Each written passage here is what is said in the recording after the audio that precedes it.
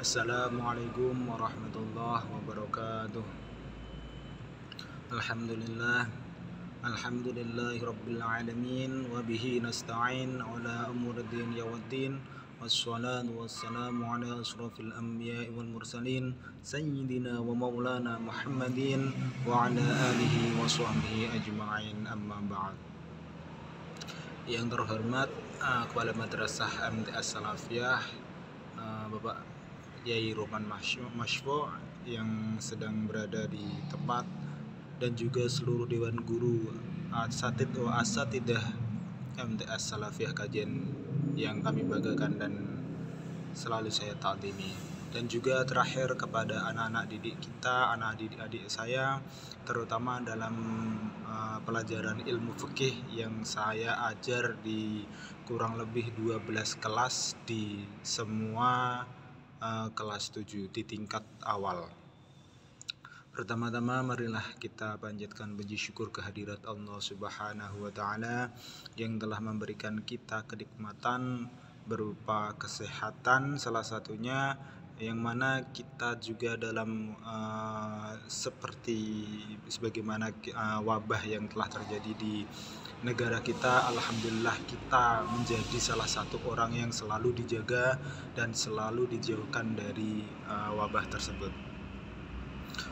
Kedua kalinya sholawat serta salam marilah kita haturkan kepada junjungan Nabi Agung Muhammad Sallallahu Alaihi Wasallam yang telah kita tunggu selama ini, syafaatnya kita telah tunggu, pertolongannya di yaumil qiyamah nanti, dan semoga kita menjadi hamba-hambanya yang menjadi pengikutnya yang selalu nanti diberikan syafaat oleh beliau, amin Allahumma amin.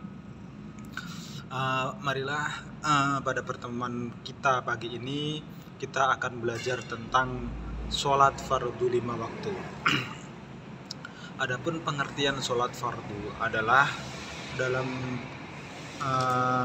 kesadaran kita bahwa dalam Al-Quran juga sudah dijelaskan sebagaimana dalam surah At-Taubah yang berbunyi Bismillahirrahmanirrahim Wassalla alaihim inna sholataka sakanun lahum, yang artinya dan berdoalah, wasolli, ya, wasolli itu adalah dan berdoalah untuk mereka, sesungguhnya doamu atau sholatku itu menumbuhkan ketentraman jiwa bagi mereka. Jadi menurut istilah, sholat merupakan sebuah perkataan dan perbuatan tertentu yang dimulai dari takbir dan diakhiri dengan salam.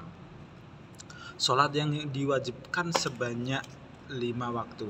Jadi selama kita hidup itu ada beberapa proses yang sampai sekarang menjadikan sholat kita hanya dibatasi menjadi 5 waktu, dan alhamdulillah itu telah kita lalui bersama. Jadi insya Allah kalian sudah tahu apa waktu-waktunya, apa nama-nama sholatnya tersebut. Jadi sholat 5 waktu tersebut adalah sholat subuh, sholat duhur, sholat asar, sholat maghrib, dan sholat isya. Sholat fardu hukumnya wajib bagi setiap orang muslim. Jadi baik laki-laki maupun perempuan itu wajib hukumnya, ya. Jadi sholat itu tidak bisa digantikan oleh orang lain kecuali sholat mayit, yang itu bisa dilakukan hanya oleh beberapa orang, dan itu bisa menggugurkan kewajibannya. Jadi untuk sholat fardu ini tidak bisa digantikan, jadi ini personal sifatnya. Jadi kalau seseorang tidak melakukan sholat, ya otomatis dia akan mendapatkan dosa seperti itu. Jadi ganjarannya itu bisa dikatakan dimiliki sendiri, ya. Ini bukan egois, tapi memang ini salah satu perintah yang Allah berikan kepada kita supaya kita itu menjadi bertanggung jawab, seseorang yang bertanggung jawab dan bisa mempertanggungjawabkan apa yang telah diberi Allah beri amanah, sehingga kita bisa menjaganya, kita bisa melaksanakannya dan sebagainya. Adapun dasar hukum perintah sholat fardu. Ini ada beberapa dalil baik di firman Allah ataupun hadis. Salah satunya adalah firman Allah yang berada di surat Al-Bayyinah yang berbunyi Bismillahirrahmanirrahim wa ma umiru illa liya'budullaha mukhlishina lahuddin khunafa'a wa yuqimus sholata wa yutuz zakata wa dzalika dinul qayyimah, yang artinya padahal mereka hanya diperintah menyembah Allah dengan ikhlas mentaatinya semata-mata karena menjalankan agama, dan juga agar melaksanakan sholat dan menunaikan zakat, dan yang demikian itulah agama yang lurus atau agama yang benar. Jadi di sini menjelaskan bahwa Allah itu telah memerintahkan kita sebuah perintah, sebuah perkara yang mana itu adalah menjadi pedoman atau menjadi salah satu ketentuan agama yang harus kita jalani, yaitu adalah agar melakukan sholat dan menunaikan zakat. Yang demikian itu adalah menjadi sebuah agama atau perbuatan agama yang dibenarkan oleh Allah, seperti itu. Dan juga dijelaskan oleh Allah di surat lain, yaitu di surat Al-Hajj ayat 78 yang berbunyi fa'aqimus sholata wa atuz zakata wa'tasimu billah huwa maulakum fa ni'mal maula wa ni'man nasir, yang artinya maka laksanakanlah sholat dan tunaikanlah zakat. Jadi di sini zakat itu selalu dibarengi dengan kata-kata sholat, dan berpeganglah teguh kepada agama Allah. Dialah pelindungmu dan dia sebaik-baik pelindung dan sebaik-baik penolong. Jadi di sini Allah sudah mengakui sendiri, ya, Allah ini berhak mengakui keesaan, kebesaran Allah dan sebagainya, bahwa Allah itu adalah maha sebaik-baik pelindung dan sebaik-baik penolong, maksudnya, ya. Jadi Allah di sini memerintahkan kita juga untuk melaksanakan sholat dan juga untuk melaksanakan zakat. Jadi kedua kata ini dalam dua versi tadi yang ada di surat Al-Bayyinah dan juga Al-Hajj tidak dipisah, ya. Ada bisa dikatakan di zakat itu harus dibarengi dengan sholat.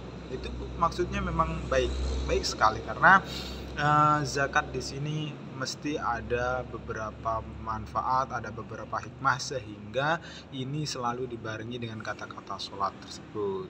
Nah, untuk selanjutnya itu ada di surah An-Nisa juga ada, bahwa yang berbunyi Bismillahirrahmanirrahim innas sholata kanat 'alal mu'minina kitaban mawquta. Jadi sesungguhnya sholat bagi orang-orang mukmin adalah kewajiban yang sudah ditentukan waktunya. Jadi sholat yang sebanyak 5 waktu tadi, yaitu sholat subuh, sholat duhur, sholat asar, sholat maghrib dan sholat isya, sebenarnya sudah ditentukan oleh Allah melalui firman-Nya. Jadi yang dulunya itu ada banyak sekali sholat karena Nabi kita sayang kepada umatnya, sehingga kita tidak kedodoran, tidak kelelahan selama menjalankan sholat, maka istilahnya dinego. Nabi Muhammad menego tentang jumlah sholat kepada Allah. Jadi terjadilah keputusan hingga sampai saat ini yang total sholat itu adalah 5 waktu, ya. Dijelaskan di surah tadi An-Nisa bahwa innas sholata kanat 'alal mu'minina kitaban mawquta. Jadi Allah telah menentukan batas-batas waktu dan juga jumlah sholat yang ada sampai saat ini, seperti itu. Selain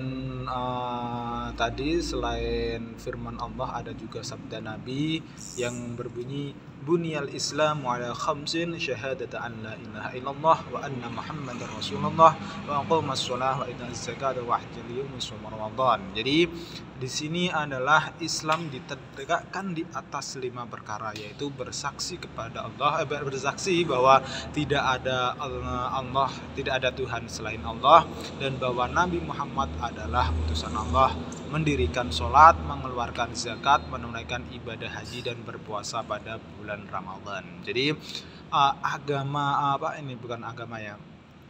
Islam itu ditegakkan atas 5 perkara tersebut, yang bahwa dijelaskan yang pertama itu ada kesaksian kita berupa syahadatain ya, asyhadu alla ilaha illallah dan wa asyhadu anna muhammadar rasulullah. Itu adalah bagian dari menegakkan agama Allah, ada menegakkan Islam. Jadi yang pertama adalah mengakui Tuhan Tuhan kita adalah hanya Allah dan Nabi kita hanyalah Nabi Muhammad SAW.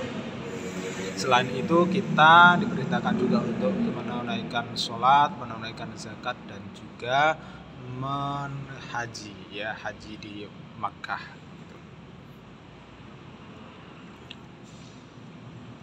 Dan untuk selanjutnya syarat wajib dan syarat sah sholat ini nanti kita akan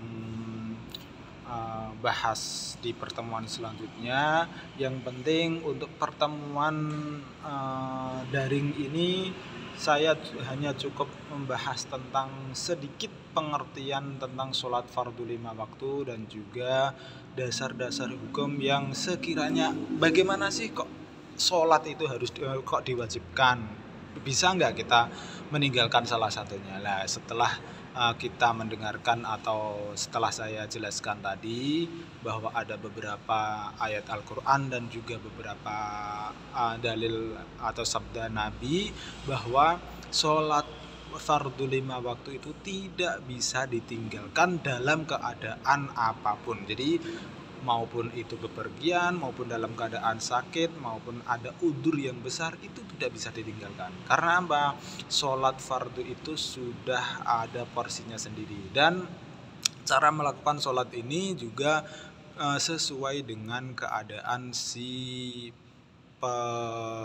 pelaksana. Jadi nanti kita akan belajar yang namanya sholat dalam keadaan tertentu ya. Jadi ada sholat bagaimana ketika kita dalam perjalanan, bagaimana sholat kita dalam keadaan sakit itu bagaimana, itu nanti kita akan jelaskan satu persatu.